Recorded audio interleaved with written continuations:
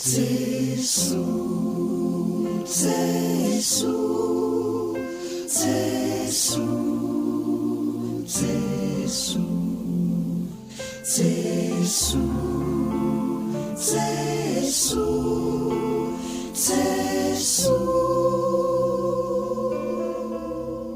Efa mitona amin'i Jesosy Kristy anio 5 volana aogositra.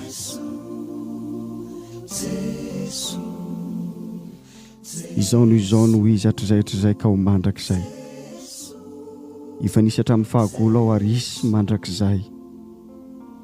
Eo amiko no ahitanao ny fitiavana sy ny fahazavana mba amin'ny fiadanana sy ny fifaliana. Izao mihitsy no tafiditra ao amin'ny fotoana reharehan'ny androm-piainanao sady mampianatra anao isaintsaina tsy ankijanona. Ny miara-miasa amin'io zotram-panabeazana io no anjaranao. Nataoko toeram-ponenako ny tenanao eo anivon'ny fiainana anatinao aho. Mihodina amiko mandrakariva nefa ny fanahinao. Aza manano ny tsy fifatohanao amiko. Eto aty amiko fotsiny eritreritrao rehefa injay manalavitra ireny. Ny mipitsipitsika ny anarako fotsiny ho an'ny lalana aingana indrindra iverenany eritreritrao aty amiko. Exodosy 4:4. Dia hoy Andriamanitra tamin'i Mosesy, izao no ilay hatrizay ka ho mandrakizay. Koa izao no lazainao amin'ny Israelita, ilay hatrizay ka ho mandrakizay no naneraka ao aty aminareo. Korintiana 2:7.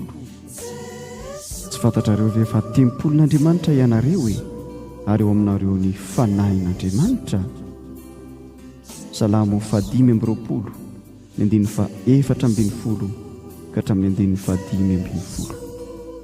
Ireo mpanaja ny tompo no anehoany tsy ambaratelony satria ampahafantariny azy tokoa izay raketin'ny fanekem-pihavanany. Mpanjiny mandrakariva ny tompo fa izy ihany no anafaka amin'ny arato na mandria anahy. Amen. Jesu, Jesu, Jesu.